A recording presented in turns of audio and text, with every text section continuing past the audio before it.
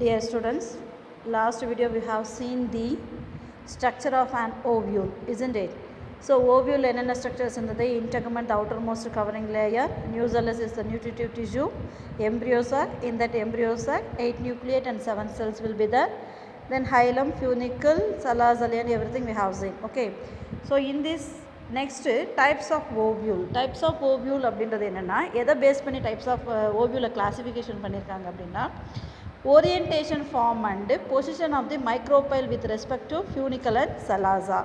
That means where the funicle, how the funicle, salazar and micropyle will be lies in the ovule. அதாவது position of the micropyle, salazar and funicle எந்த இடத்துல அமைந்திருக்கு அப்படின்ற அதை base பண்ணி ovule has been classified into 6 main types.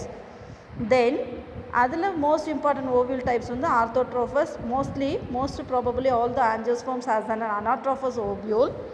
So based on the 6 main types, orthotrophous, anatrophous, hemianatrophous and compilotrophous ovules are the most important. Then another two is the amphitrophous and cercinotrophous. Okay, so now we are going to see the types of ovule. See here, orthotrophous ovule. Orthotrophous ovule is nothing but the micropyle, this is called micropyle or end, this is funicle. The salazar means what?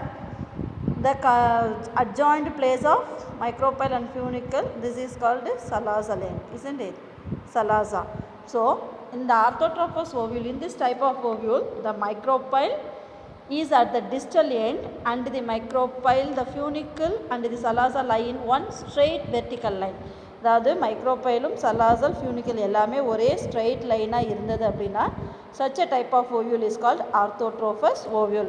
Most probably இது எந்த பிளான்ஸில் இருக்கும் அப்படின்னா பைப்பரேசியே, பாலிகோனேசியே அப்படின்ற ஃபேமிலியில் இருக்கக்கூடிய எல்லா பிளான்ஸ்லையுமே என்ன type of ஓவியூல்ஸாக இருக்கும்? ஆர்த்தோட்ரோபஸ் டைப் ஆஃப் ஓவியூல்ஸ் இருக்கும். ஓகேவா? நெக்ஸ்ட்டு அனாட்ரோஃபஸ் ஓவியூல் அப்படின்றது என்னென்னா the body of the ovule becomes completely inverted அப்படின்றது என்னது? அந்த ஓவியூல் வந்து தலைகீழாக திரும்பி இருக்கும். ஸோ அந்த தலைகீழாக திரும்பும் பொழுது என்ன ஆகும்? Micropylar end and funicle will be adjacent, then salazar end will be the opposite to that. Okay, so இங்கே வந்து மைக்ரோபைலும் ஃபியூனிக்கலும் அட்ஜசண்டாக பக்கத்தில் இருக்கும், salazar வந்து ஆப்போசிட் டு தி மைக்ரோபைலார் எண்டாக இருக்கும். ஸோ இதில் வந்து என்ன இருக்கும்? ஓவியூல் வந்து ஃபுல்லாக இன்வெர்ட்டடாக திரும்பி இருக்குது, அதாவது தலைகீழாக திரும்பி இருக்குது. So the body of the ovule becomes completely inverted so that the micropyle and funiculus come to lie very close each other. This is common type of ovule found in dicots and monocots. Most probably எல்லா டைகாட்லேயும் மோனோகாட்லேயும் என்ன type of ovule இருக்கும் அப்படின்னா anatropous ovule. நம்ம ஏற்கனவே structure of ovule diagrammatic view பார்த்தோம் இல்லையா? அந்த diagrammatic வியூலேயும் வந்து இந்த மாதிரியான ஓவியூல் தான் வந்து எக்ஸ்பிளைன் பண்ணியிருந்தாங்க. ஓகேவா? நெக்ஸ்ட்டு hemianatrophous அப்படின்றது என்னென்னா in this body of the ovule is placed transversely and at right angles to the funicles. So இந்த பாடி ஆஃப் த ஓவியூல் இருக்குது, இதுதான் வந்து என்னது? மைக்ரோபைலார் எண்ட், இது வந்து சலாசல், இது வந்து ஃபியூனிக்கல், isn't it? ஸோ இந்த ஓவியூலோட பாடி வந்து ஃபியூனிக்கலுக்கு ரைட் ஆங்கிளில் டிரான்ஸ்வர்ஸாக, அதாவது கிடைமட்டமாக வந்து திரும்பி இருக்கக்கூடியது. இந்த டைப் ஆஃப் ஓவியூலுக்கு என்ன பேர்? ஹெமிஅனாட்ரோஃபஸ். இது வந்து எந்த பிளான்ஸில் இருக்கும் அப்படின்னா பிரைமுலேசியே அப்படின்ற ஒரு ஃபேமிலியில் இருக்கக்கூடிய எல்லா பிளான்ஸில் இருக்கக்கூடிய ஓவியூல்ஸும் வந்து ஹெமிஅனாட்ரோஃபஸ் ஓவியூல்ஸாக இருக்கும். ஓகேவா?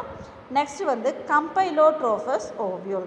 கம்பைலோட்ரோஃபஸ் ஓவியூல் அப்படின்றது the body of the ovule at the micropylar end is curved and more or less bean shaped. So been shaped அப்படின்னா என்னது? நம்ம அவரை விதை வடிவம் அப்படின்னு எதை சொல்லுவோம்? இதுதான் வந்து என்னது? பீன் ஷேப்னு சொல்லுவோம் இல்லையா? ஸோ அந்த பீன் ஷேப்பில்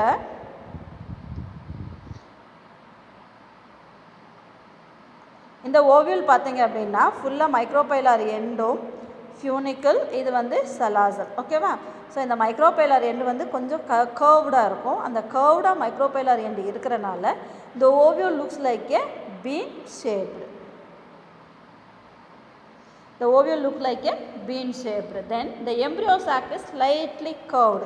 இதுதான் வந்து என்னது embryo sac இல்லையா. இந்த embryo sac பார்த்தீங்க அப்படின்னா ஸ்லைட்டாக கர்வாக இருக்கும். All the three hilum, micropyle and salazar are adjacent to one another. இந்த இடத்துல வந்து micropyle, hilum அப்படின்றது என்னது the place where the adjacents of funicle and embryo sac, அதுதான் வந்து hilum அப்படின்னு சொல்லுவாங்க. இந்த இடத்துல வந்து micropyle, hilum and funicle எல்லாமே வந்து adjacent-ஆக இருக்கும். adjacent means பக்கத்தில் இருக்கக்கூடியது. with the micropyle oriented towards the placenta. example leguminosae. leguminosae அப்படின்றது என்னது நம்ம லாஸ்ட் கிளாஸில் படித்தோம் இல்லையா. leguminosae plants அப்படின்றது the beans, ஹார்ஸ் கிராம் அந்த மாதிரி இருக்கக்கூடிய அந்த பல்சஸ் எல்லாமே வந்து it belongs to the leguminaceous plant. அந்த மாதிரி பிளான்ஸில் இருக்கக்கூடிய எல்லா ஓவியூலுமே என்ன டைப்பில் இருக்கும், கம்பைலோட்ரோஃபஸ் ஓவியூல் டைப் ஆஃப் இருக்கும். ஸோ இதனாலுமே வந்து மோஸ்ட் ப்ராபப்ளி நம்மளுக்கு நம்ம யூஸ் பண்ணக்கூடிய எல்லா என்னது ஃபுட் மெட்டீரியல்ஸாக இருக்கட்டும் இல்லை எக்கனாமிக் வேல்யூபிள் பிளான்ஸில் இருக்கக்கூடியதில் வந்து முக்கியமாக இருக்கக்கூடியது ஆர்த்தோட்ரோஃபஸ், அனாட்ரோஃபஸ், ஹெமி அனாட்ரோஃபஸ், கம்பைலோட்ரோஃபஸ் இருக்கும். இதை தவிர there are two more types of ovules are there. Amphitrophus. What is that? Amphitrophus. This is the most important thing. Amphitrophus la enna irukum appadina the distance between hilum and salazar is less. hilum kum salazar endukku irukக்கூடிய distance வந்து ரொம்ப கம்மியா இருக்கும். the curvature of the ovule leads to horseshoe shaped nucleus.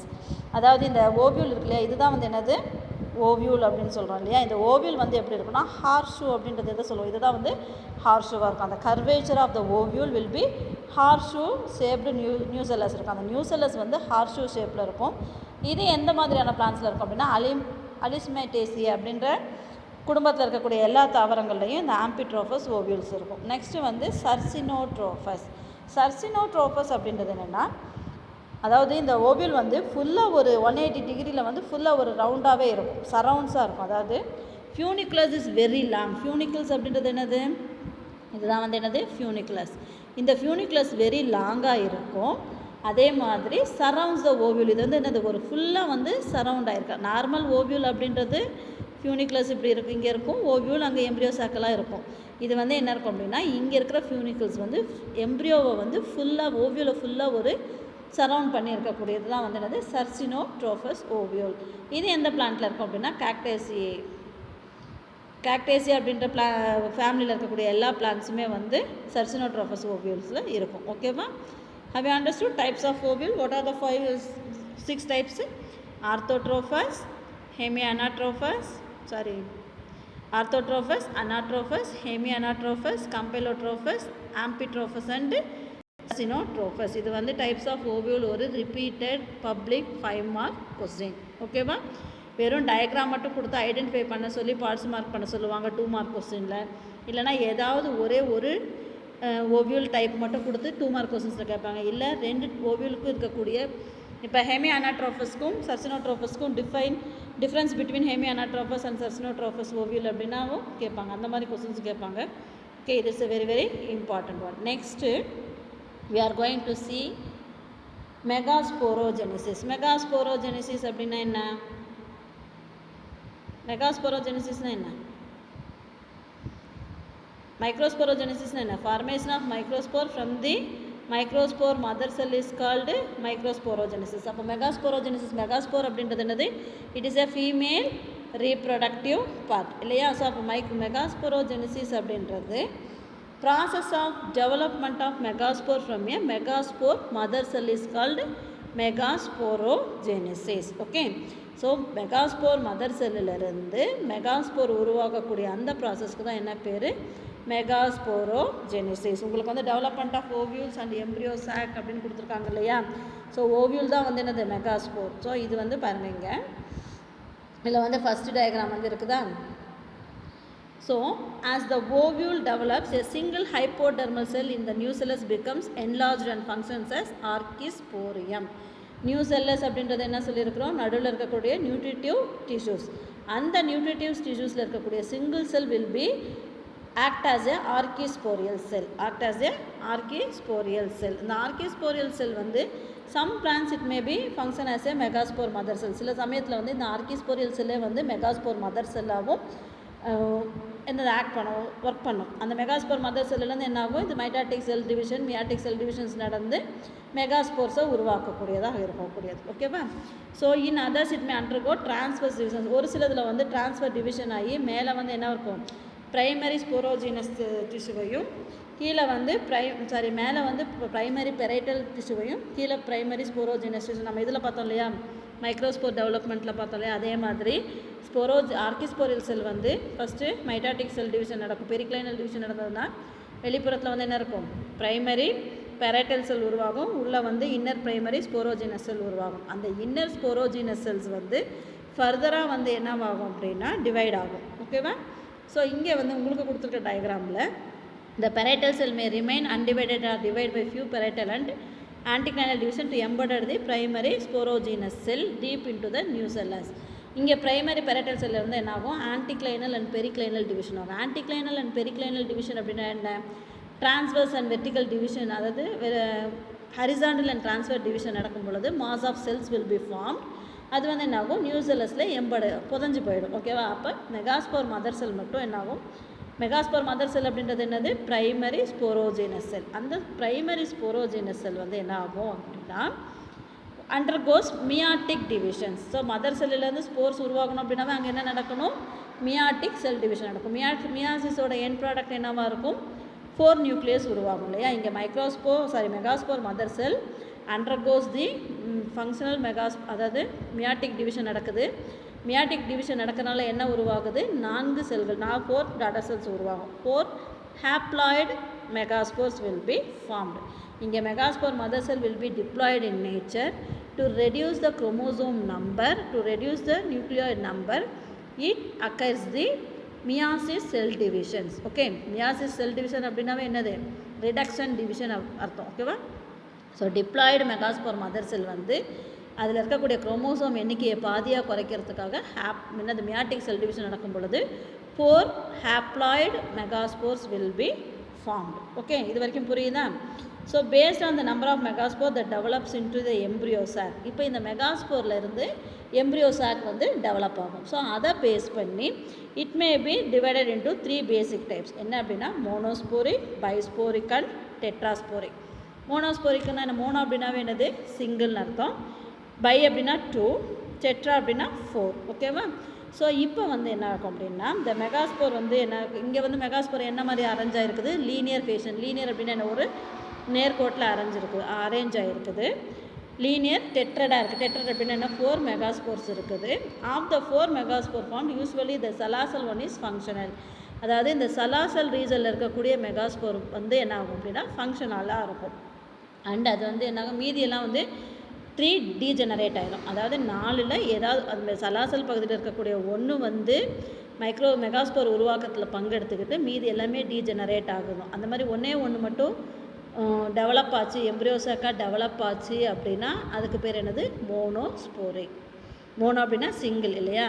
The functional megaspore forms the female gametophyte or embryo sac. அதாவது out of the 4 megaspore only 1 megaspore which is lies towards the salazal region, it will be act as a functional megaspore and it forms the female gametophyte or embryo sac. So this type of development is called monosporic. So இது எங்கே இருக்கும் அப்படின்னா most probably பாலிகோனம். இதுக்கு வந்து இந்த type of டெவலப்மெண்ட்டுக்கு polygonal type. நீ வந்து இன்னும் ஃபர்தராக ஹையர் ஸ்டடீஸ்லாம் போனீங்க அப்படின்னா டெவலப்மெண்ட் ஆஃப் எம்ப்ரியோ சாக்ஸே வந்து பாலிகோனம் டைப்பு நிறைய 8 டைப்ஸ் இருக்குது. ஓகேவா? உங்களுக்கு வந்து மேக்ஸிமம் பாலிகோனம் டைப்பில் கொடுத்துருக்காங்க. ஓகேவா? அடுத்தது பைஸ்போரிக் அப்படின்னா என்ன, 4 மெகாஸ்போரில் ஏதாவது 2 மெகாஸ்போர்ஸ் வந்து எம்ப்ரியோ சாக் ஃபார்மேஷனில் இன்வால்வ் ஆச்சு அப்படின்னா that is called bisporic. Most probably allium அப்படின்றது இருக்கு இல்லையா. அல்லியம் அப்படின்னா என்னது, லிலியேசி ஃபேமிலியில் இருக்கக்கூடிய அல்லியம் சீப்பா, அல்லியம் செட்டைவம், அதில் எல்லாமே இருக்கக்கூடிய எம்ப்ரியோ சாக் எப்படி ஃபார்ம் ஆகும் அப்படின்னா 2 megaspore mother cell will be formed the embryo sac. So that is called bisporic. Okay, next வந்து 4மே வந்து மெகாஸ்போர் அதாவது எம்ப்ரியோ சாக் ஃபார்மேஷன்ஸ்க்கு யூஸ் ஆச்சு அப்படின்னா தட் இஸ் கால்டு டெட்ராஸ்போரிக். அது எதில் இருக்குன்னா பெப்பரோமியா அப்படின்ற பெப்பரோமியா அப்படின்ற பிளான்ட்டில் இருக்கக்கூடியதில் உருவாகக்கூடிய மைக்ரோஸ்போர் மதர் செல்லில் மியாட்டிக் டிவிஷன் அடைந்து உருவாகக்கூடிய மெகாஸ்போர்ஸ் 4மே எதுக்கு யூஸ் ஆகும், எம்ப்ரியோ சாக் ஃபார்மேஷனுக்கு யூஸ் ஆகும். அதுதான் வந்து என்னது tetra monosporic. Okay, so and ovule generally has a single embryo sac. The development of monosporic embryo sac is அதுதான் வந்து உங்களுக்கு நம்ம இங்கே வந்து பாலிகோனம் டைப் தான் கொடுத்துருக்காங்க. அதாவது ஒரே ஒரு மெகாஸ்போர் ஃபங்க்ஷனல் வந்து என்ன ஆகுது, 2 நியூக்ளியேட் ஸ்டேஜில் 2 நியூக்ளியஸாக பிரியும். ஓகேவா, அங்கே இருக்கக்கூடிய 2 ஃபர்தராக டிவைட் ஆகி 4 நியூக்ளியேட் ஸ்டேஜ் உருவாகும். அந்த 4 நியூக்ளியேட் ஸ்டேஜில் வந்து திரும்பவும் என்னாகும், 2ஆக பிரியும். அது 2ஆக பிரியும் பொழுது என்னாகும், 8 செல்கள் உருவாகும். அந்த 8 செல்களில் வந்து 3 ஆன்டிபோடல் செல்ஸாகவும் 2 சினர்ஜிட்டாகவும் நடுவில் ஒரு எக்ஸல்ஸாகவும் 2 போலார் நியூக்ளியஸும் உருவாகும். இதுதான் வந்து பாலிகோனம் டைப் ஆஃப் டெவலப்மெண்ட். ஓகே, இதான் வந்து என்னது, பாலிகோனம் டைப் ஆஃப் டெவலப்மெண்ட். அதுதான் உங்களுக்கு கொடுத்துருக்காங்க, development of monosporic embryo sac அப்படின்னு. இது மட்டும் இந்த பார்ட் மட்டும் பார்த்துடலாம். புரியுதா இல்லையா? So the functional megaspore is the first cell of embryo sac or female gametophyte. The megaspore elongates along micropylar salazal axis. So the nucleus undergoes. அது வந்து என்னாகும், இந்த ஸ்டேஜ் வரைக்கும் புரியுதா? என்ன 4 நியூக்ளியர் ஸ்டேஜ் வரைக்கும் புரியுது இல்லையா? ஸோ அடுத்தது after the last nuclear division the cell undergoes appreciable elongation. என்னாகும், செல் வந்து எலாங்கேட் ஆகி அசியூமிங் சாக் லைக் அப்பியரன்ஸ். ஒரு அந்த செல் வந்து அதுக்குள்ளே மைட்டாட்டிக் செல் டிவிஷன் நடந்த பிறகு அந்த செல் எலாங்கேட் ஆகும் பொழுது அது என்னாகும், ஒரு பை போன்ற அமைப்பு உருவாக்கும். இது வந்து என்னது, this is followed by cellular organisation of embryo sac. Of the 4 nuclear the micropylar end of the embryo sac. So இதில் வந்து அடுத்த டயக்ராம் பாருங்கள், இங்கே கொடுத்துருக்காங்க பாருங்கள். இந்த மைக்ரோபைலார் எண்டில் இருக்கக்கூடிய 4 செல்களில் 3 ஆர்கனைஸ் இன்டு எக் apparatus. இந்த 3 செல்கள் வந்து எக் apparatus ஆகும். இந்த 4th ஒன் லெஃப்ட் ஃப்ரீ. அதாவது 4 மைக்ரோபைலார் எண்டில் இருக்கக்கூடிய 4 செல்களில் வந்து 3 எக் apparatus-ஆக மாறும். மீதி இருக்கக்கூடிய 1 மட்டும் வந்து என்னாகும், ஃப்ரீயாக இருக்கும். ஓகேவா, that will be moves towards the centre.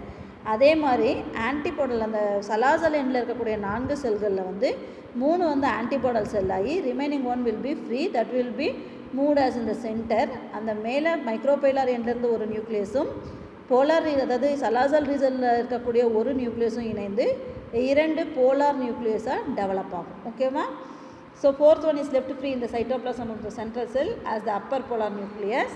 3 nuclei of the salazal end form 3 antipodal cells, whereas the 4th one function as the lower polar nucleus. Depending on the plant, the 2 polar nuclei may remain free or may fuse to form secondary nucleus. இந்த நடுவில் இருக்கிற 2 இருக்கு இல்லையா, இந்த நடுவில் இருக்கக்கூடிய 2 நியூக்ளியஸும் தான் polar nucleus or secondary nucleus. Okay, so இங்கே இருக்கக்கூடிய 4 செல்களில் 3 செல் வந்து என்னவாகும், எக் apparatus ஆகும். அதில் நடுவில் இருக்கக்கூடிய செல் எக் apparatus ஆகும். மீதி 2 சினர்ஜிட்ஸாகவும் இருக்கும்.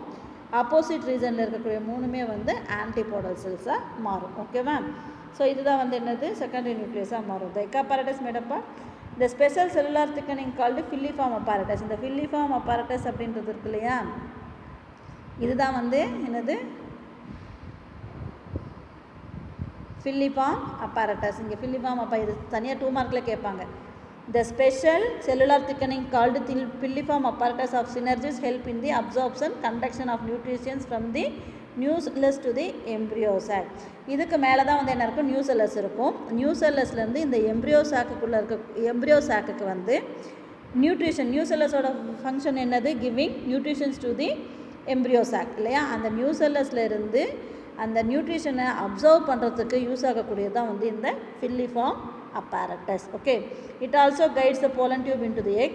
இதில் வந்து இப்போ என்ன இருக்குது, 7 செல்ஸ் வித் 8 நியூக்ளியேட் இருக்கும். அதாவது 8 நியூக்ளியஸ் இருந்தது, அதில் 7 செல்களும் ஒரு 2 சேர்ந்து போலார் நியூக்ளியஸும் இருக்கிறனால இதுக்கு என்ன ஸ்டேஜ்னு பேர், 7 celled with 8 nucleate embryo sac அப்படின்னு பேர். ஓகேவா, ஸோ இதுதான் வந்து இந்த மாதிரி என்ன ஆகும், எக் apparatus வில் பி, அதாவது மெகாஸ்போர் வில் பி ஃபார்ம்டு. அடுத்தது இப்போ வந்து மைக்ரோஸ்போர் ஃபார்ம் ஆயிடுச்சு, மெகாஸ்போர் ஃபார்ம் ஆயிடுச்சு. அடுத்தது pollination we will see in the next class. Okay, have you understood? Okay, thank you.